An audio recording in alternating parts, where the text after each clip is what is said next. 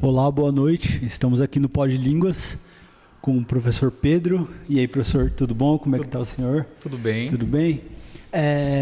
Vamos começar então aqui nosso bate-papo.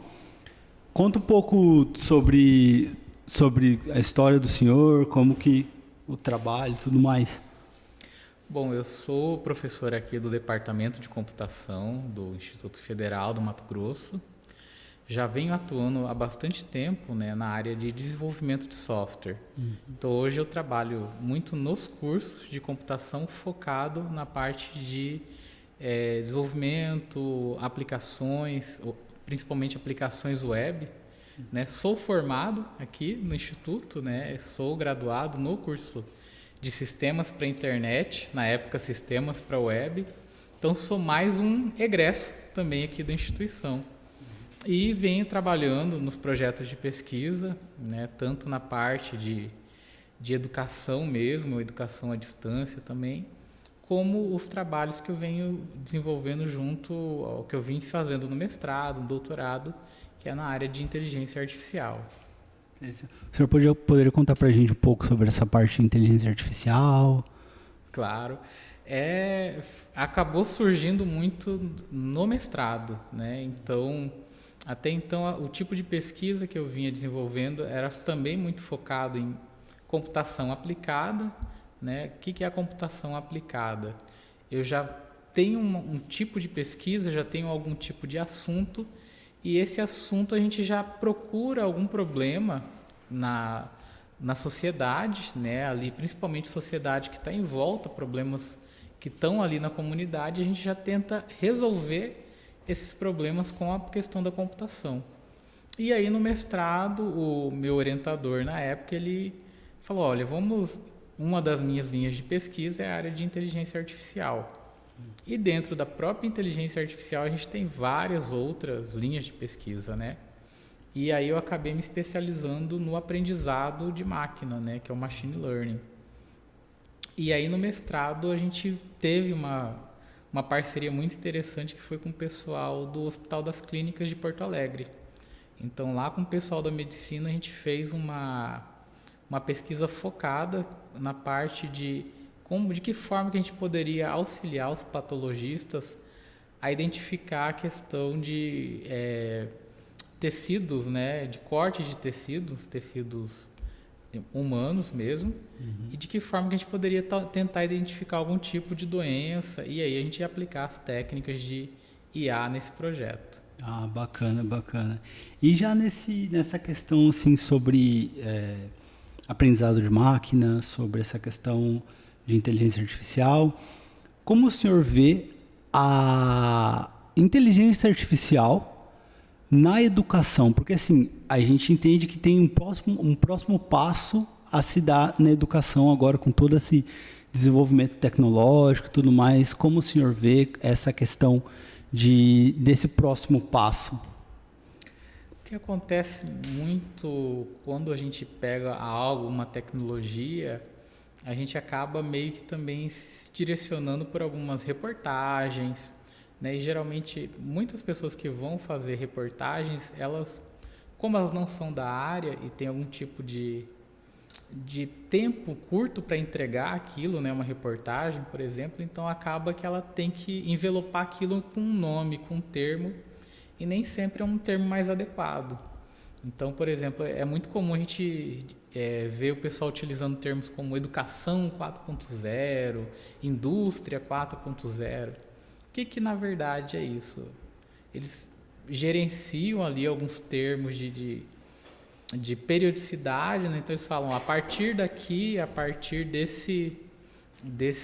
dessa tecnologia específica, ou a partir de uma data específica, de uma situação, eles vão pontuar, ó, daqui para cá, utilizou, sei lá, colocou computadores nas escolas, educação 3.0, a partir daqui, quando eu tenho internet disponível, ou eu estou tratando de um determinado conceito, educação 4.0.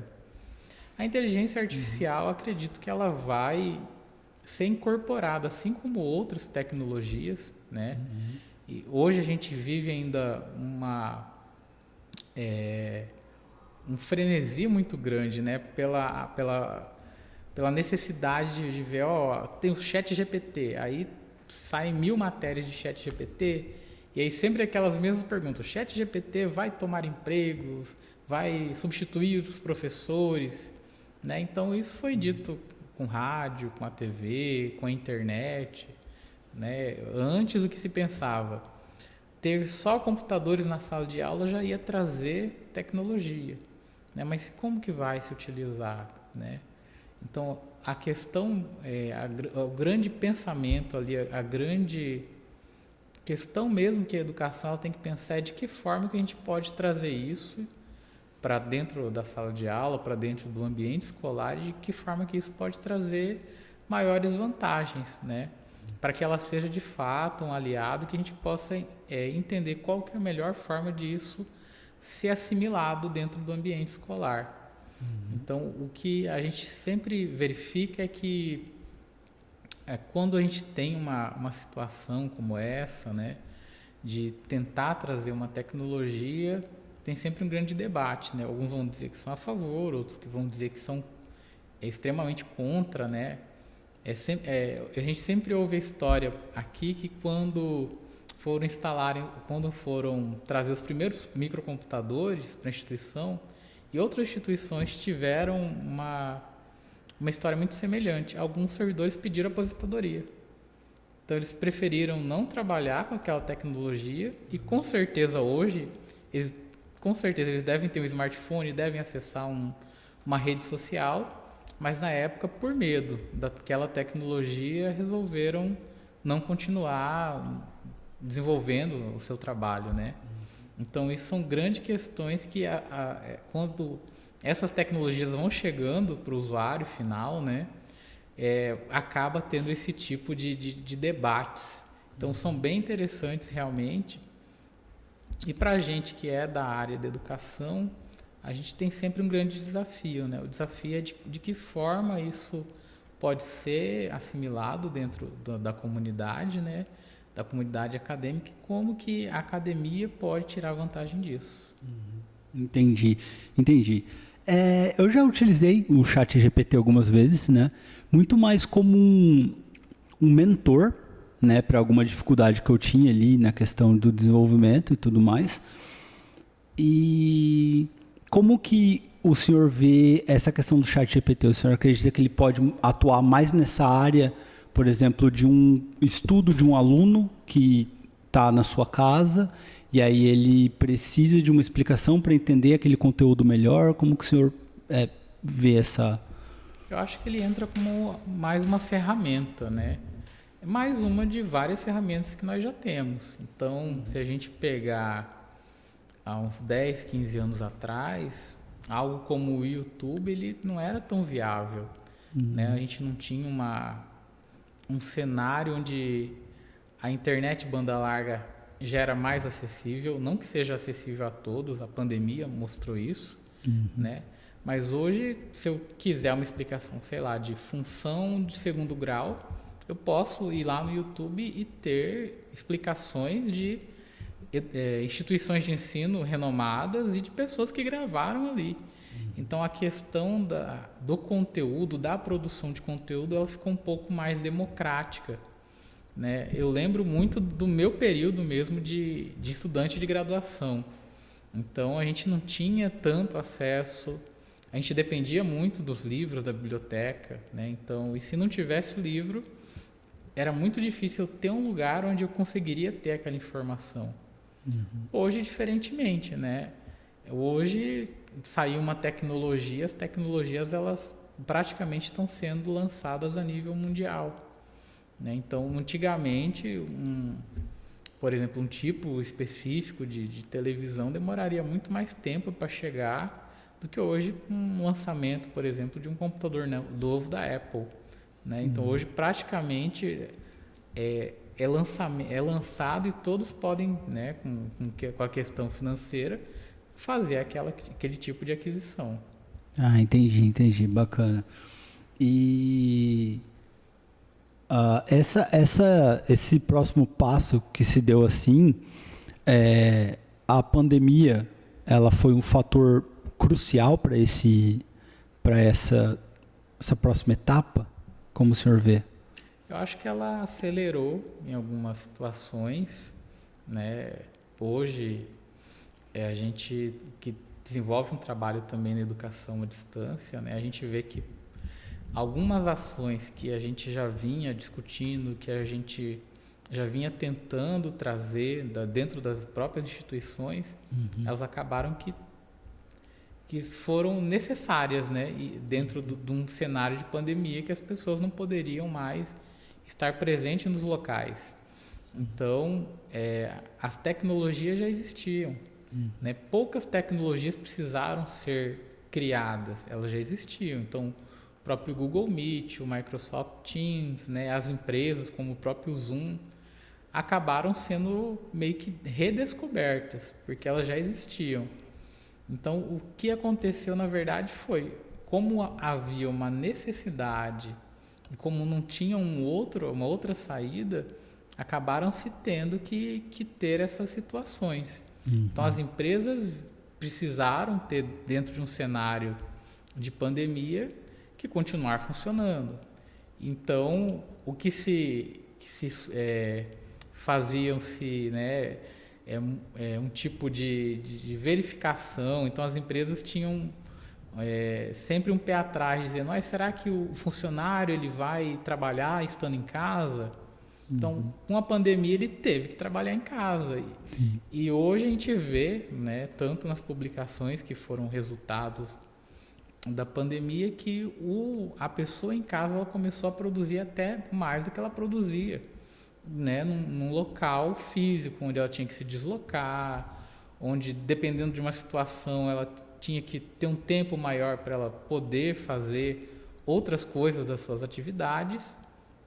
E hoje tem empresas que mantiveram, né, a possibilidade desse trabalho em uma distância, né, a distância. E aí a gente tem, né, alguns estudiosos que vão falar assim: é um ambiente à distância ou sem distância? Porque a tecnologia ela acabou servindo para encurtar, né, retirar essa questão da distância geográfica. Então a pessoa hoje pode estar desenvolvendo um projeto de software, uma pessoa em cada canto do país ou do mundo, e conseguir desenvolver. Entendi. E vamos falar agora um pouco sobre as questões que o senhor tem uma área de pesquisa, correto? Que o senhor trabalha com as metodologias ativas. Como que... Primeiro dá uma introdução para a gente de o que é metodologia ativa e aí a gente continua com... A ideia ela surge de uma necessidade, né? Como eu trabalho muito com desenvolvimento de software, então o que acontece? Eu sempre falo muito para os alunos: gente, não vai ter uma situação que o cliente vai falar assim: eu quero um sistema que funcione dessa forma. Ele vai chegar com um problema e o programador em si, o desenvolvedor de sistema, ele não é... né, eu sempre falo, gente, a questão tecnológica é uma parte. A grande chave, né, o grande diferencial é como que eu vou resolver um problema. Então aí a gente precisa ter alguns tipos de habilidade que não são questões meramente técnicas. E aí entra a questão da metodologia ativa. Então, o que é uma metodologia ativa, né? Então, já se começa a separar de atores que estão ali naquele processo de ensino-aprendizagem, e ativos e passivos. O que a gente costuma ver em sala de aula? O professor na frente de um quadro, passando a matéria, explicando, e o aluno está ali sentado, anotando e fazendo anotações, e depois ele vai ter uma prova sobre aquilo que ele anotou, e sempre num movimento ali muito de recebimento. Né? Então a metodologia ativa ela vai trazer algumas técnicas, algumas metodologias para que o aluno ele saia desse momento de passividade e ele possa ter um protagonismo também. Então, e aí vão surgindo diversas formas disso ser desenvolvido. Então, por exemplo, o que a gente tem ali, a gente tem o que eles chamam de sala de aula invertida. O que é a sala de aula invertida?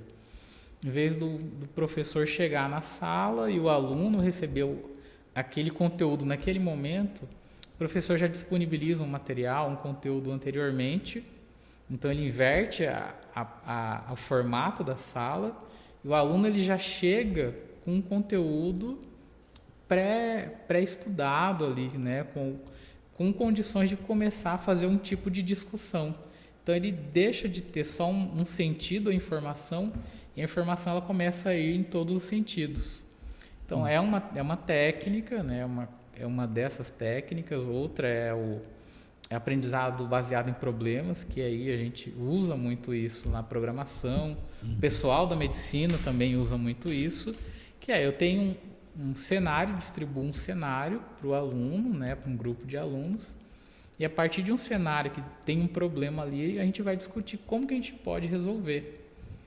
Então, a partir desse momento que o aluno ele começa a fazer proposições, acontece com ele um momento anterior dele fazer uma leitura, dele ver um vídeo, de ouvir um podcast, né? Ele começa a ter ali um momento diferente, né? E aí é possível ter uma troca diferente ali de informações.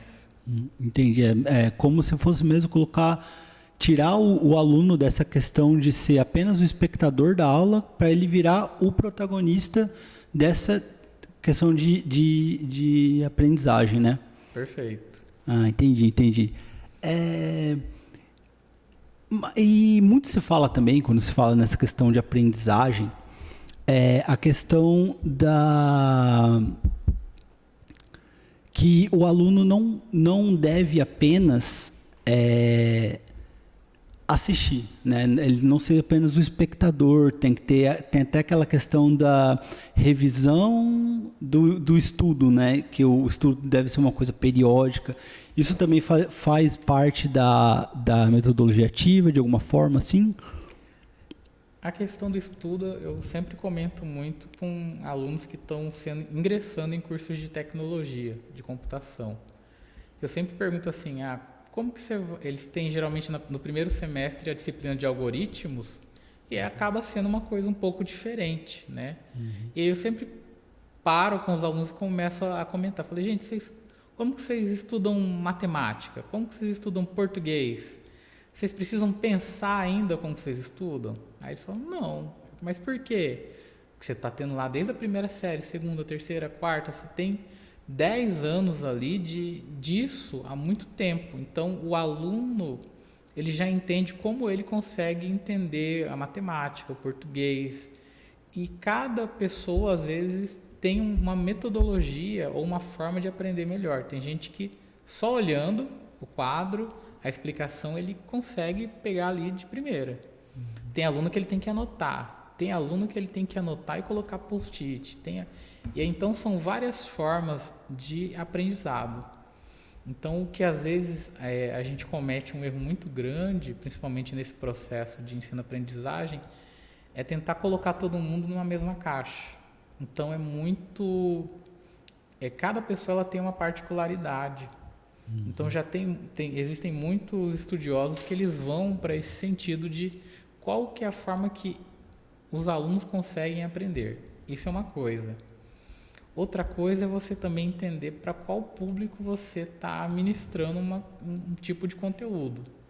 Então, por exemplo, cursos do noturno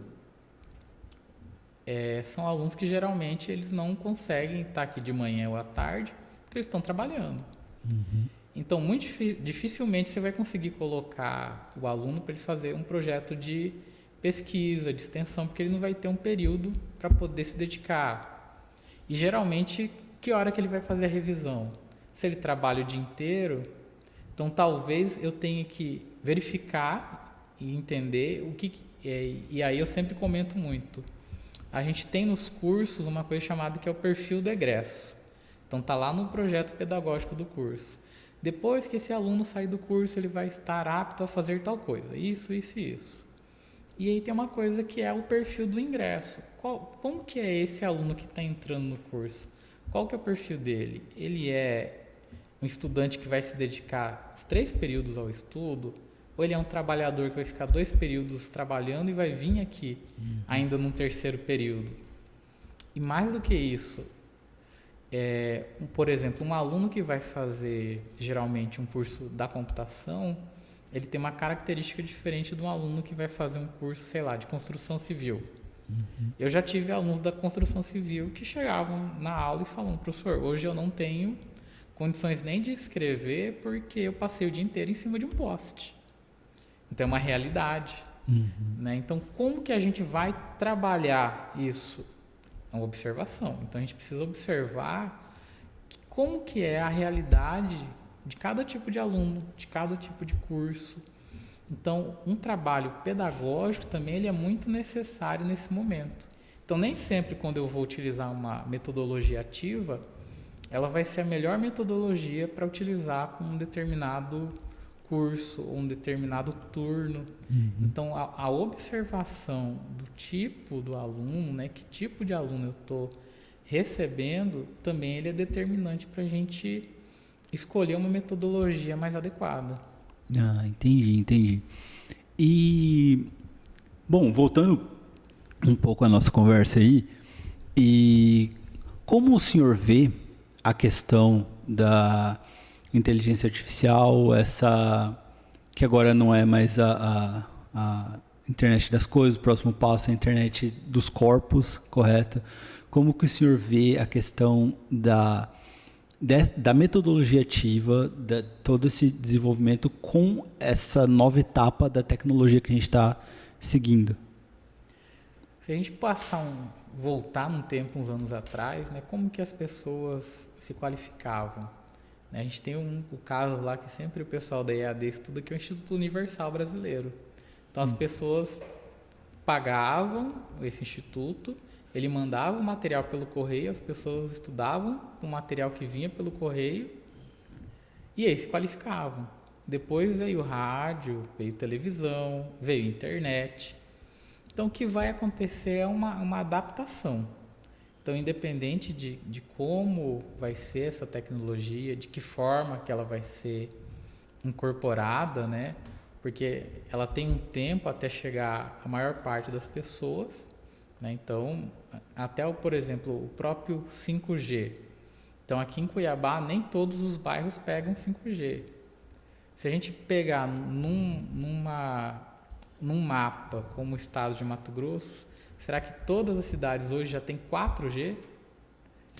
É bem possível que não, porque isso depende também da empresa de telefonia fazer um investimento financeiro. Questão de infraestrutura, né? Infraestrutura da tecnologia. Entendi. Então, até que a gente consiga trazer esse tipo de tecnologia para uma quantidade grande de pessoas, né, acredito que isso vai ser muito discutido, com certeza. Grandes empresas hoje que estão na vanguarda ou que trabalham com essa questão de tecnologias que são focadas para ensino-aprendizagem, disponibilização de material, de conteúdo, como que esses conteúdos vão ser produzidos, né, daqui para frente. Então hoje a gente tem condições de abrir aqui o Google Meet, manda um link para as pessoas, todo mundo entra, a gente consegue conversar, compartilha uma tela. Isso há 10 anos atrás era impossível. Então, 10 anos para frente, o que vai ser possível? Então, são tecnologias que já devem existir, com certeza, e que elas vão vir agora, né, com o passar do tempo, vão ficando mais baratas, e como elas vão ficando mais baratas, vão chegando para a gente, né, para o usuário final. Mas por exemplo, o meu orientador de doutorado, ele fez um estágio na IBM na Alemanha, ele estava contando para a gente como que era o prédio. O prédio era todo automatizado, então eles terminavam uma reunião ali na sala de reuniões, eles saíam dali, tinha um sensor que ia verificar qualidade do ar, temperatura, e dependendo se tivesse alguma coisa fora dos padrões, pelo sensor eles já tinham todo um procedimento ali automático para deixar a sala toda organizada. Né? Dentro da própria sala. Dentro da própria sala. Então isso está lá dentro do prédio da IBM. Então é uma tecnologia que ele já tem. Agora, para isso chegar, para estar num preço acessível, para a gente colocar, por exemplo, numa sala de aula, talvez demore uns 10, 15 anos. Né? Mas só que isso a gente vai prospectando. né? Então sempre a academia, né, as instituições de pesquisa, ela tem um papel também fundamental nisso aí, né? Então, se eu tenho um tipo de pesquisa que ele vai trazer benefício, né, para a sociedade ou para aquela comunidade que está em volta, se essa pesquisa for desenvolvida por uma instituição de ensino, então as chances dessa tecnologia acabar sendo compartilhada com a própria comunidade é muito grande. Então, a questão da gente ter um investimento interessante, né, de um aporte financeiro, um fomento maior nas pesquisas institucionais, acaba tendo um elo muito grande nisso aí, né?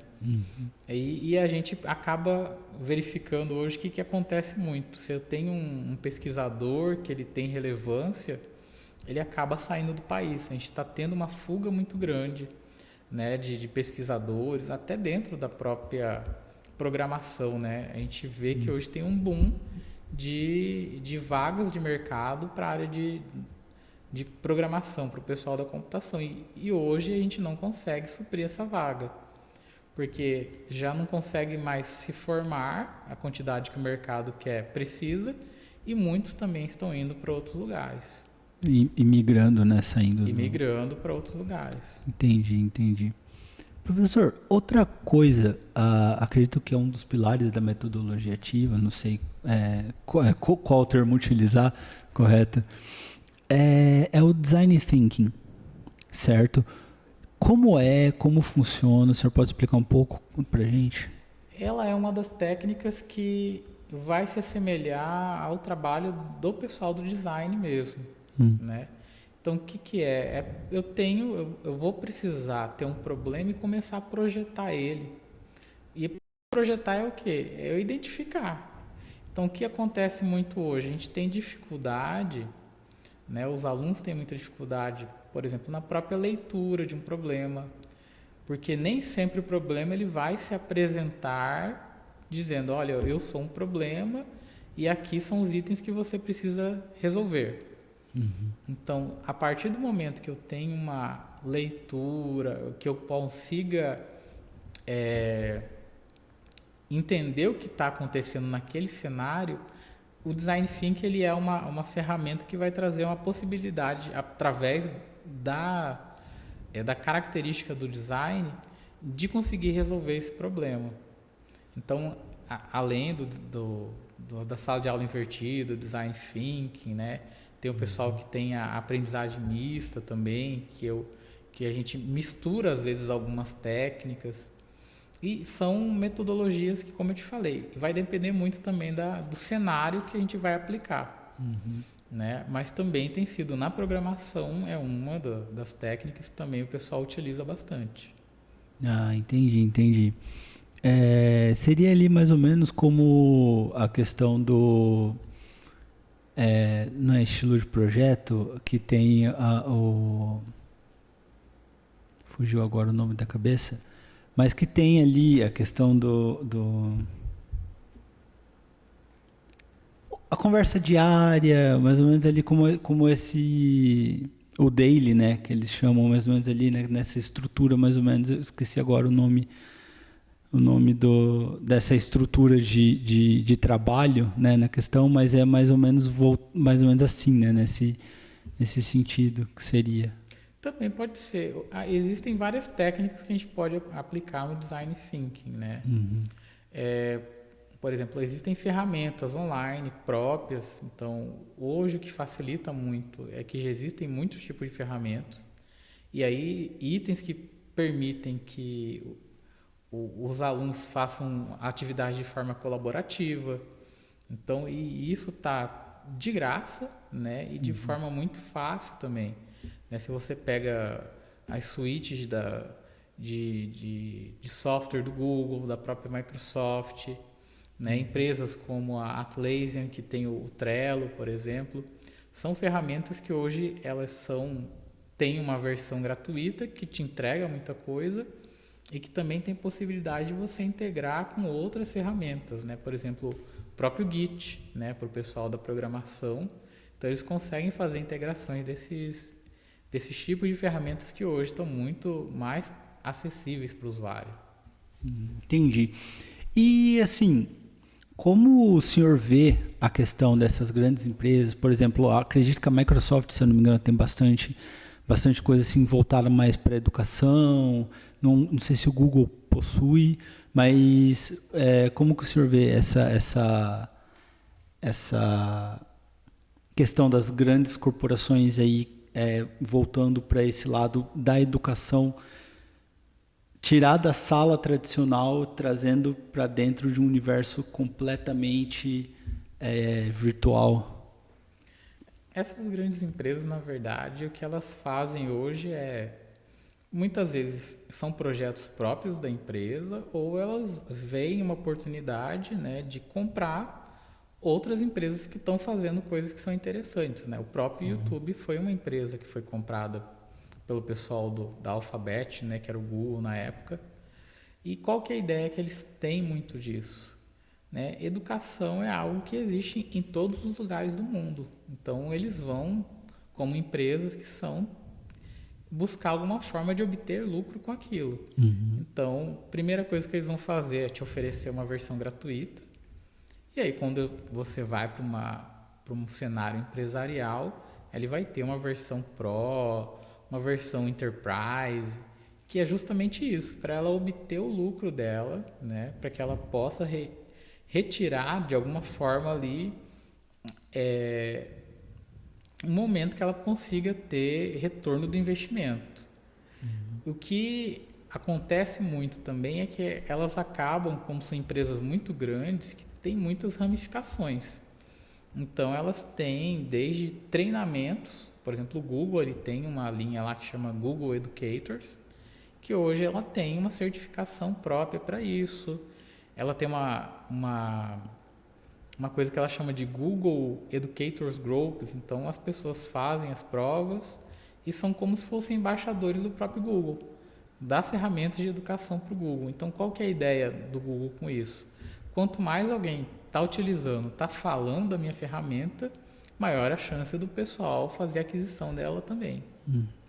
Entendi.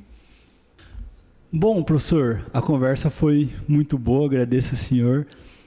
O senhor gostaria de falar alguma coisa aí para esse final, para esse encerramento desse podcast? Gostaria de agradecer pelo convite, gostaria de agradecer a professora Jussara, que está à frente do projeto.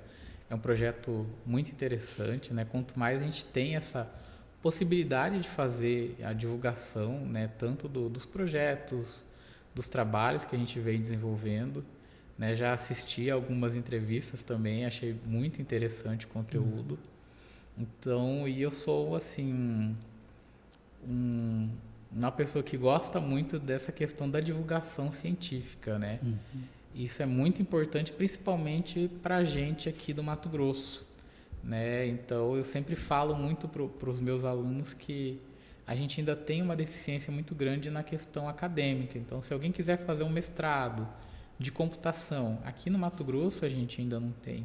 Então, talvez a questão da gente criar uma cultura mesmo da divulgação científica, da participação dos eventos científicos, né? E uma forma da gente divulgar é realmente a gente estar aqui, né? Como um projeto, que é o projeto de vocês, de estar divulgando, né? O que os pesquisadores estão fazendo, né? E também convidar o pessoal a desenvolver projetos também nas áreas que para a gente é muito bom, né? A gente aumenta muito mais a nossa comunidade acadêmica. Bacana, bem legal. Bom, professor, então, muito obrigado aí pela disposição do seu tempo. E é isso, eu acredito que a gente vai ficando por aqui então. Até o próximo Pod Línguas. Valeu.